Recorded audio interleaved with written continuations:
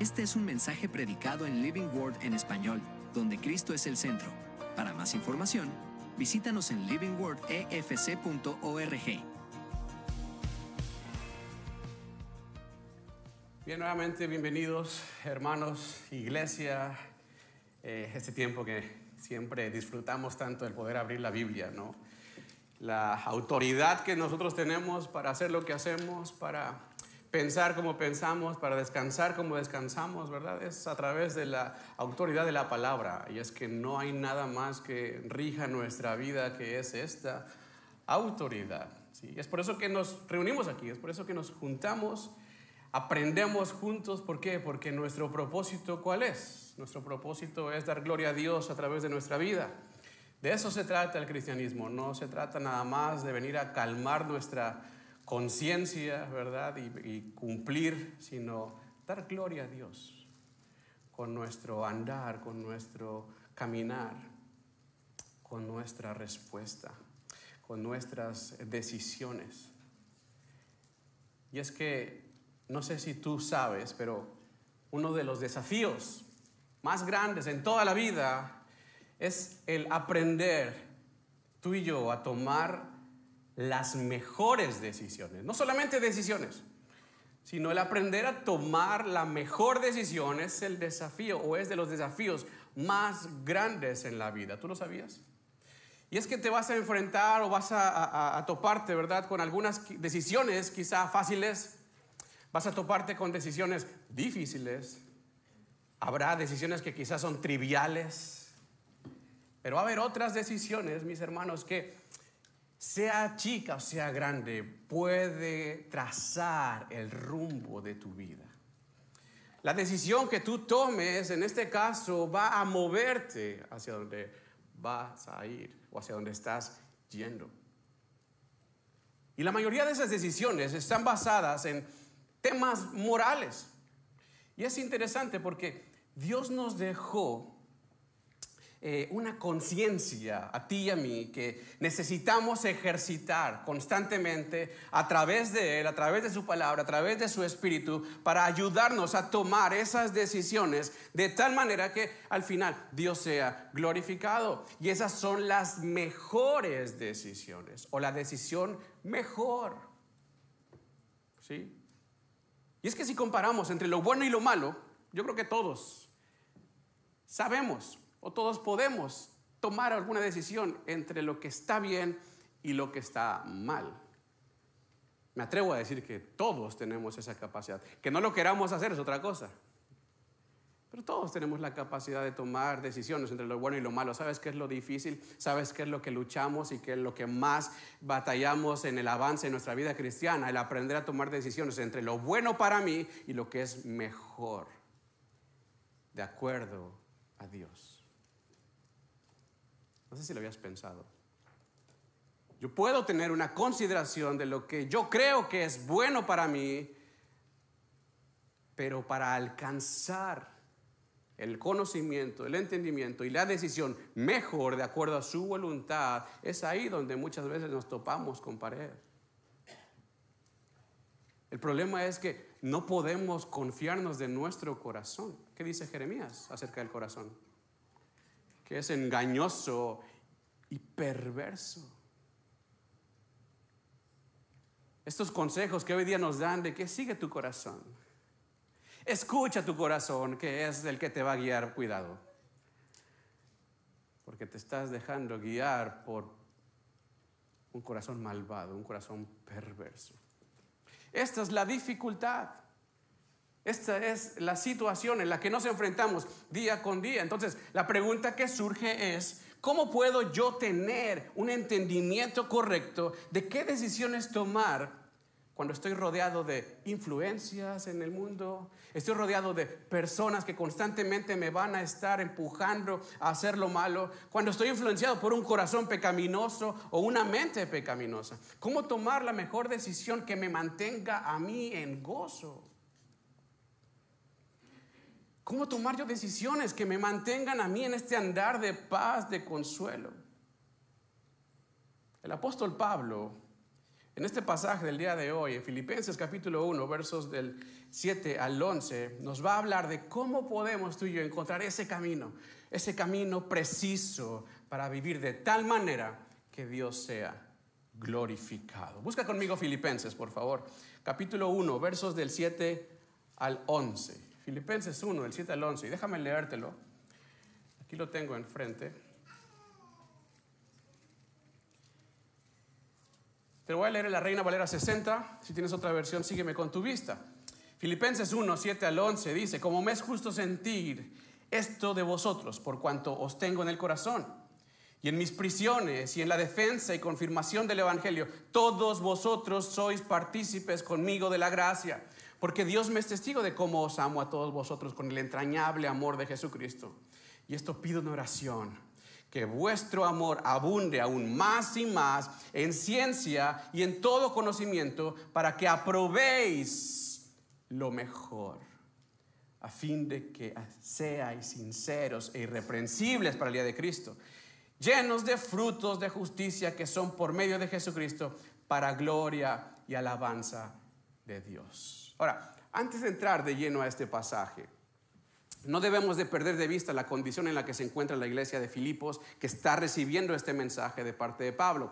Vemos a una iglesia a lo largo de la carta, vemos una iglesia que se encuentra en una condición de amor genuino por Dios, ¿sí? Una iglesia que realmente ama a Dios, que busca a Dios, que hace o quiere hacer las cosas que manda el Señor, pero a la vez es una iglesia, por lo que vemos y por lo que leemos, que se encuentra en conflicto por las circunstancias, que se encuentra en lucha, que se encuentra quizá desconsolada, que se encuentra quizá confundida. ¿Qué hacer? ¿Qué no hacer? El apóstol Pablo está respondiendo a una situación. No creas que Pablo solamente está aventando temas al aire, ¿verdad? Para ver, quizá alguna te sirva. No, Pablo está respondiendo a una condición que se encuentra la iglesia de Filipos. Conocía las situaciones, conocía sus luchas, y es por eso que les escribe de esta manera. Pablo conocía la necesidad de la iglesia, conocía su condición. Y si lo pensamos y traemos esta condición de la iglesia a nosotros, quizás nos demos cuenta que muchos de nosotros nos encontremos en esta situación. Quizás somos personas que amamos a Dios realmente, fielmente, pero en algún momento nos hemos encontrado en una condición o pensamiento de querer renunciar, de pensar: esto es muy duro para mí, mejor regreso a donde estaba, me sentía mejor antes y estoy en una lucha, quiero rendirme, quiero tirar la toalla. No sé si te ha pasado o lo estés viviendo en este momento. Fíjate, el apóstol Pablo viene a recordarnos algo muy importante. En los pocos versículos que hemos leído y hemos aprendido, Pablo nos ha dicho que en las circunstancias, cualquiera que sea buena o sea mala, es parte de la vida cristiana. No te olvides de eso. Cualquier circunstancia que tú estés viviendo, sea bueno, sea malo, a nuestros ojos, es parte de los planes de Dios para cada uno de sus hijos. De hecho, si nos damos cuenta, Pablo por eso le dice a los filipenses que son partícipes de la gracia. ¿Viste en el verso 7? En el versículo 7 Pablo le dice: son partícipes de la... ¿Cuál gracia? Versículo 7, perdón. Específicamente Pablo le está diciendo sus prisiones, la confirmación y la defensa del Evangelio. Esas son la participación que tienen los filipenses con él. Y quizá para muchos no tenga sentido el que digas: oye, gracia y prisiones, ¿me estás hablando en serio? ¿No se supone que gracia es todo bonito? Gracia es todo que sale perfecto y disfrutamos de la gracia. ¿Y está diciendo que también las prisiones? Sí. Recordemos, la semana pasada decíamos esto, justamente. Las circunstancias no son lo que traen gozo. Las circunstancias no es lo que nos lleva a tener gratitud. No es por las circunstancias, sino más bien, ¿qué es? Decíamos, es la convicción de saber que Dios usa esas circunstancias para algo bueno, siempre. Es la convicción de entender que Dios utiliza las circunstancias, las experiencias, las situaciones para algo bueno que va a resultar para gloria de su nombre cuando lo vivimos en Cristo. De hecho, en el versículo 12, si tú puedes ver ahí en tu Biblia, vas a darte cuenta que Pablo, fíjate lo que él le dice: quiero que sepan, hermanos, que las circunstancias en que me he visto, acuérdate que él estaba en prisiones, dice, las circunstancias en las que me he visto han redundado en mayor progreso del evangelio. Mis prisiones, mi sufrimiento está resultando en mayor progreso del evangelio. Hay mayor gloria ahí. Las prisiones de Pablo están resultando en una manifestación de la gracia de Dios en su vida. Y es que esto es lo que la iglesia necesita aprender, hermanos. No todo lo malo es malo cuando se vive en Cristo. No todo lo malo es malo cuando lo pasamos y estamos aferrados a Cristo. Si en tu trabajo hay injusticia, si en tu matrimonio no hay armonía, pero tú sigues poniendo a Cristo adelante, al frente, confiando en Él, aferrado a Él, te aseguro que Dios va a usar esa situación para su gloria. Siempre. Quizá tú no lo puedes ver ahora, quizá no te das cuenta en este momento, pero Dios tiene un propósito para los suyos siempre. El consejo, ¿cuál es? Busca que Cristo siempre sea tu prioridad. Busca que Cristo siempre vaya adelante en tu vida, en cada paso que tú des, porque solamente ahí, entendiendo y estando convencido de quién es Él, tú vas a poder experimentar una actitud de gozo en medio de esas circunstancias. Solamente ahí. Cuando entendemos quién es Dios y estamos convencidos de su poder en nosotros, de su obra en nosotros. Pablo quería que la iglesia de Filipos supiera que lo que están viviendo, sea cual sea la situación, sea cual sea las circunstancias, es parte de los planes de Dios, de los propósitos de Dios. ¿Para qué? Para que ellos pudieran avanzar firmes en la obra que estaban haciendo. ¿Cuál era esa obra? Específicamente les dice en la defensa y confirmación del evangelio. La palabra defensa en el original es apología, lo cual se refiere a una defensa en respuesta de los que están en contra, en este caso en contra del evangelio. Están respondiendo a los que están en contra del evangelio. Y la palabra confirmación se refiere a una edificación, en este caso de la iglesia. En otras palabras, los filipenses estaban colaborando con Pablo en la defensa de la fe contra los de afuera de la iglesia y en la edificación de la fe para los de adentro de la iglesia. Esa era la actitud de los filipenses.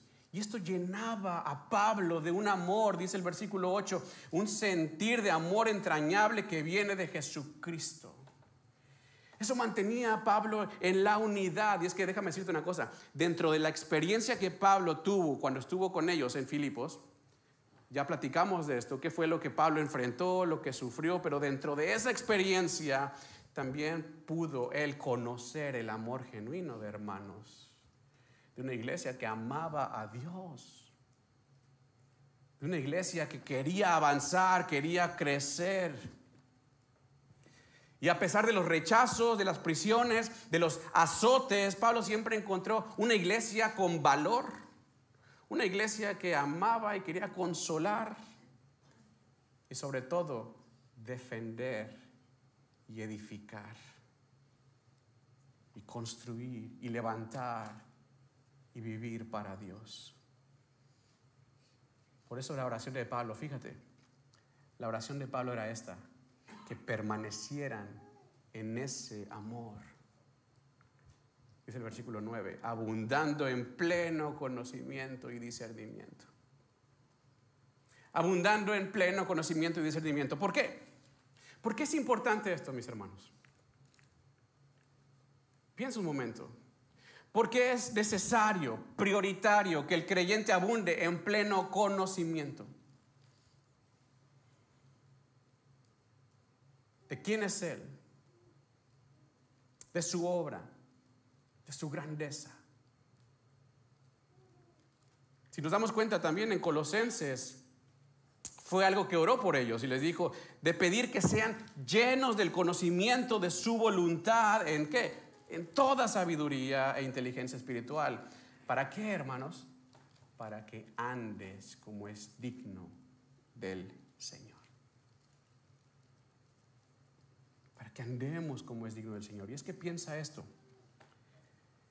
La falta de conocimiento, de entendimiento, la falta de discernimiento en nuestra vida priva o limita al creyente de tomar decisiones que lo mantengan en gozo. Déjame darte algunos ejemplos de esto. La semana pasada mencionábamos esto. El mal entendimiento de nuestra salvación o el vivir una salvación falsa nos limita en tomar decisiones que nos mantengan en gozo. Y esto es lo que vemos muchas veces dentro de la iglesia. Personas que creen, ¿sí? Personas que viven en esta confusión, en esta limitada vida cristiana. No tienen el discernimiento, el conocimiento de Dios, por lo tanto, son incapaces de experimentar el gozo de parte del Señor. Y es que muchas veces vivimos, o hay personas que viven de acuerdo a un cristianismo que se les ha enseñado, ¿verdad?, de afuera, de la tele, de los televangelistas y de los youtubers, o un cristianismo que ha sido surgido de mi razonamiento terrenal y carnal. Y no tengo yo la plenitud de entender quién es realmente Jesucristo para mí. Por ejemplo, cuando hay personas que viven en este entendimiento de que Dios es amor, Dios es todo amor, y por cuanto Él es amor completamente, un hijo de Dios no debe de sufrir o no debe de pasar por ningún problema, o debe de vivir en prosperidad, porque somos hijos del Rey, por lo tanto son princesas y princesos. Pero ¿cuál es la realidad de la vida cristiana? Que no todo es color de rosa. Entonces, cuando se topan con una situación difícil, complicada, ¿qué es lo que sucede? Estamos luchando contra nosotros mismos por falta de conocimiento y me impide experimentar el verdadero gozo que viene del Señor. No conozco su voluntad para mí, por eso me impide recibir la vida que Él tiene para mí. Fíjate, Pablo dice en 2 Corintios 13:5, examínense para ver si están en la fe. Pruébense a sí mismos. ¿No se dan cuenta de que Cristo Jesús está en ustedes? A menos que fracasen en la prueba. ¿Por qué? Porque ese fracaso les dará evidencia de que les hace falta mayor entendimiento y conocimiento de quién es Él. ¿Te das cuenta? Cuando pasamos por una prueba y fracasamos en esa prueba es que no tengo entendido qué es lo que Dios quiere para mí. No tengo el suficiente conocimiento de lo que Dios está obrando en mi vida, o no quiero tenerlo. El mal entendimiento de mi salvación y todo lo que conlleva la salvación, la obra de Dios, detiene el gozo en nuestra vida, hermanos. Detiene el gozo en nuestra vida. Un segundo factor que frena el gozo es la obra de Satanás y sus demonios. Pedro exhortó en su segunda carta, capítulo 5, versículo 8, lo siguiente: sean de espíritu sobrio y estén alertas. ¿Por qué? Porque su adversario, el diablo, anda al acecho como león rugiente buscando a quien devorar. ¿Sabes una cosa? Satanás está constantemente buscando engañar, confundir y mantener de esa manera a los creyentes. Y te digo una cosa, los más propensos a ser engañados, ¿sabes quiénes son? Los más frágiles para ser engañados, ¿sabes quiénes son? Los que no le dan importancia a conocer a Dios, a crecer en discernimiento y a crecer en relación con el Señor. Esos son los más propensos. ¿Cuántas veces te has sentido tú que no mereces el amor de Dios? No, Señor, no merezco esto. ese pecado que hice no merece tu perdón. Estaba mejor antes. Me siento tentado en volver atrás a mi antigua vida porque esta vida está muy difícil para mí. No puedo, ve cómo fallo, constantemente estoy fallando y fallando. Mejor me regreso a la vida anterior.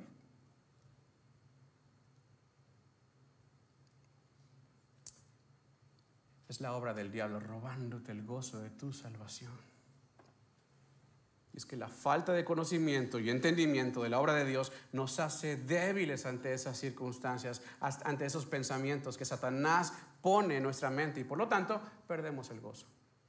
No podemos avanzar en el gozo. Y déjame hablarte de otro factor que nos despoja del gozo, es la comprensión equivocada de la soberanía de Dios.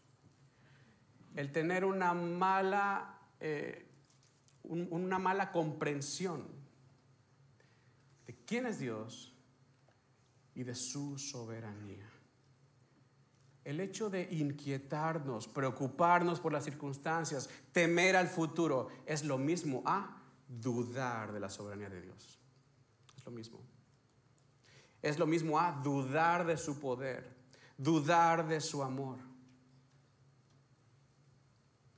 Dios ha prometido, Romanos 8:28, que los que aman a Dios, todas las cosas les ayudan a bien. Eso es soberanía.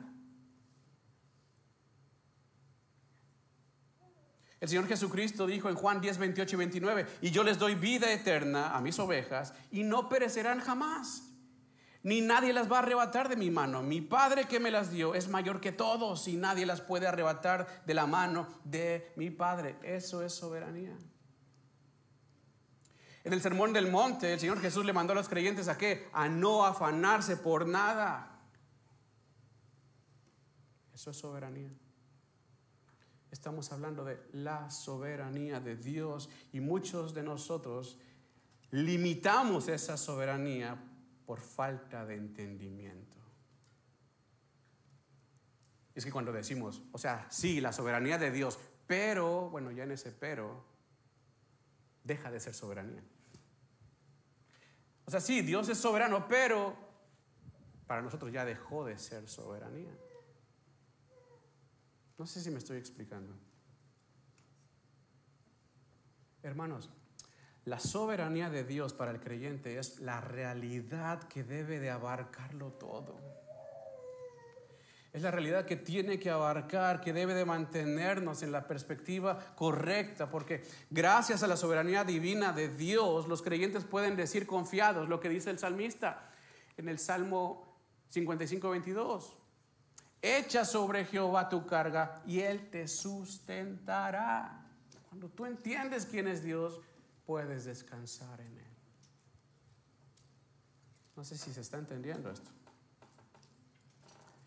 Hay muchos factores que llegan a robar el gozo en nuestra vida cuando se olvida o cuando se desconoce quién es Dios, cuando se desconoce toda la obra de Dios en nosotros. Por eso Pablo sigue diciendo los versos 9 y 10, y esto pido en oración, fíjate, que vuestro amor abunde aún más y más ¿en qué? En ciencia y en todo conocimiento. Versículo 10, ¿para qué? Apruebes lo mejor, date cuenta, a fin de que seas sincero e irreprensible para el día de Cristo. Cuando Pablo habla aquí de aprobar, no se refiere simplemente de saber o conocer qué es bueno y qué es malo. Dijimos hace un momento esto, todos saben, el diablo, los demonios saben esto, saben qué es lo bueno, lo malo, saben qué es verdad, qué es mentira, ¿verdad? Saben qué es lo correcto, lo incorrecto. La idea de Pablo aquí es más bien que tú y yo aprendamos a descubrir qué es lo mejor que viene de Dios. Lo mejor que viene de Dios. Esta palabra aprobar en el original debería traducirse como examinarse, como descubrir. En otras palabras, déjame decirte esto. El resultado del pleno conocimiento y discernimiento de Dios nos va a llevar, nos va a poner en una posición en la cual vamos a poder descubrir ¿Qué es lo mejor? Pero necesitamos ¿qué primero? Un pleno conocimiento y entendimiento. Y así, cualquiera que sea la circunstancia, tú vas a saber a dónde ir, qué decisión tomar, y todo para la gloria de Dios. Solamente ahí vas a poder tomar decisiones basadas no en lo que yo creo que es mejor, no lo que mi corazón me indica porque el cual es perverso, sino en lo que Dios dice que es mejor. Acá, mis hermanos, es donde tú y yo vamos a poder llegar a ser, dice Pablo ahí, sinceros e irreprensibles en el día de Jesucristo. Cuán importante es presentarnos el día de Jesucristo de esta manera, ¿sabes? Ser sincero, irreprensible. La palabra sincero significa puro, sin mancha. Irreprensible significa sin tropiezo. Déjame decirte una cosa. Esa es la meta de cada cristiano. Vivir de esta manera. Esa es la meta de cada creyente. El apóstol Pedro lo entendía y lo dijo en su segunda carta, capítulo 3, verso 14. Por lo cual, dice, estando en espera de estas cosas, procuren ¿qué? Con diligencia ser hallados por Él sin mancha e irreprensibles en paz. Tú sabes que el Señor Jesucristo para esto se entregó. Él entregó su vida para esto, para que tú y yo vivamos de esta manera, dice Efesios capítulo 5, versos 25 al 27. Así como Cristo amó a la iglesia y se entregó a sí mismo por ella, fíjate. ¿Para qué? Para santificarla, habiéndola purificado en el lavamiento del agua por la palabra, a fin de presentársela a sí mismo una iglesia gloriosa, que no tuviese mancha, ni arruga, ni cosa semejante, sino que fuese santa y sin mancha. Esa es la meta de todo creyente. Esa es nuestra meta. Cuando tú y yo conocemos y entendemos a Dios de manera abundante, mis hermanos, producirá en ti una vida cristiana que resulte en decisiones que le van a glorificar a Él. Pero solamente ahí, no hay otra forma. Entendámoslo, no hay otra forma. ¿Y sabes por qué vamos a poder llegar a esto? Porque nuestro cristianismo ya no va a ser fingido. Nuestro cristianismo ya no va a ser forzado o de simple apariencia. Porque eso es lo que hace la falta de conocimiento. El tener un cristianismo aparente, externo, ¿no? No me interesa conocerle, pero veo cómo lo hacen los demás y así lo hago yo. Si levantan las manos, no sé por qué, pero yo levanto las manos. Si oran, no sé por qué, pero yo también oro. Esto es un cristianismo ¿cómo? Externo, aparente. Pero cuando tú le conoces íntimamente a Dios, ¿sabes una cosa? Vas a poder hacer todo de manera correcta, porque entiendes más bien quién es Él y quién eres tú en Él. Y podrás responderle de una forma que le glorifique, porque esa es la meta, como dijimos. Dar un fruto que le glorifique. Y eso es lo que dice Pablo, versículo 11. El resultado de vivir en pureza, ¿sí?, e irreprensibles es que seremos llenos de frutos de justicia que son por medio de Jesucristo. ¿Para qué? Para obra, para gloria y alabanza de Dios. Este es el resultado del conocimiento y el discernimiento. Cuando está en el interior, en el corazón, producirá algo en el exterior. El fruto, mis hermanos, es solamente la consecuencia de lo que hay en el interior, de la esencia. ¿Estás de acuerdo? Es lo que Pablo está diciendo aquí. Pablo está hablando del fruto que como creyentes debemos mostrar por cuanto somos creados en Él, por cuanto somos de Él. Efesios capítulo 2, verso 10 lo dice. Porque somos hechura suya, creados en Cristo para buenas obras, las cuales Dios preparó de antemano. ¿Para qué? Para que las ignoremos. Eso dice. Para que andemos en ellas. Para eso Dios las preparó. También Jesús dijo en Juan 15, 4 y 5, permanezcan en mí. Así como ninguna rama puede dar fruto por sí misma, sino que tiene que permanecer en el árbol, así tampoco ustedes pueden dar fruto si no permanecen en mí. Yo soy la vid, dice Jesús, y ustedes son las ramas. El que permanece en mí y yo en él, ¿qué va a pasar? Dará mucho fruto. Porque separados de mí nada pueden hacer. ¿Qué estamos haciendo nosotros con nuestra vida? ¿A dónde estamos queriendo llegar con nuestras decisiones que vienen de mi entendimiento, de mi razonamiento, de mi propia voluntad? ¿A dónde vamos a llegar?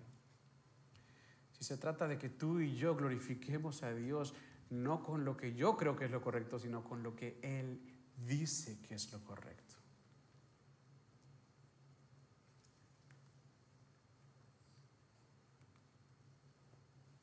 Ese fruto de justicia, producto de una relación íntima con Dios, en conocimiento y entendimiento de Él, ¿qué va a pasar? Impulsará al creyente a la meta final, la cual es darle gloria a Dios. ¿Quieres glorificar a Dios? Necesitamos hacerlo de tal manera que sea su voluntad a través de nosotros.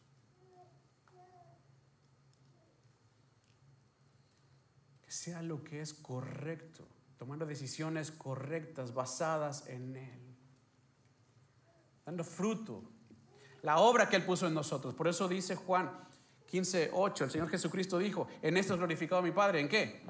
En que lleves mucho fruto, y esto es resultado de tu relación con Él. Dios quiere que seamos fructíferos para su gloria, mis hermanos.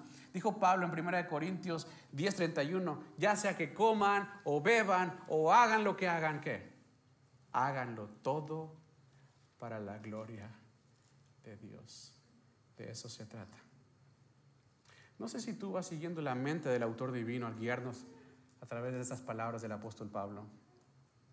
Cuán importante es en nuestra vida, mis hermanos, mantenernos en esa unidad con Él, en esa cercanía, en ese conocimiento, en ese entendimiento de quién es Él.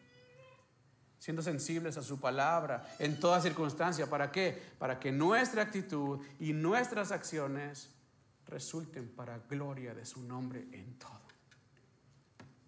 Hasta el día de hoy, ¿cómo hemos respondido ante las circunstancias?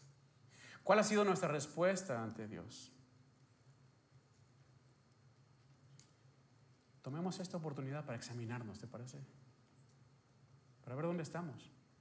Pregúntate, el conocimiento y el entendimiento que tengo hoy de Dios, ¿en dónde me tienen?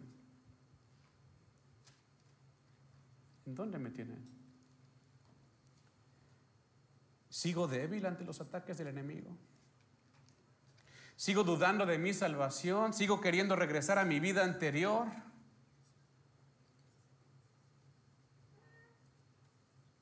Solamente Dios te puede llevar a vivir en plenitud de gozo cuando le conoces íntimamente a Él. Solamente ahí. Date la oportunidad. No se trata de religión, se trata de relación. Date la oportunidad de estar cerca, de estar íntimamente en el corazón de Dios, conociéndole, para que tus decisiones, tus acciones y tu vida sea en plenitud de gozo. Y al final el resultado, ¿sabes qué? Será la gloria de su nombre. Yo creo que esa es nuestra meta. Como creyentes todos queremos mostrar a Cristo en nuestra vida.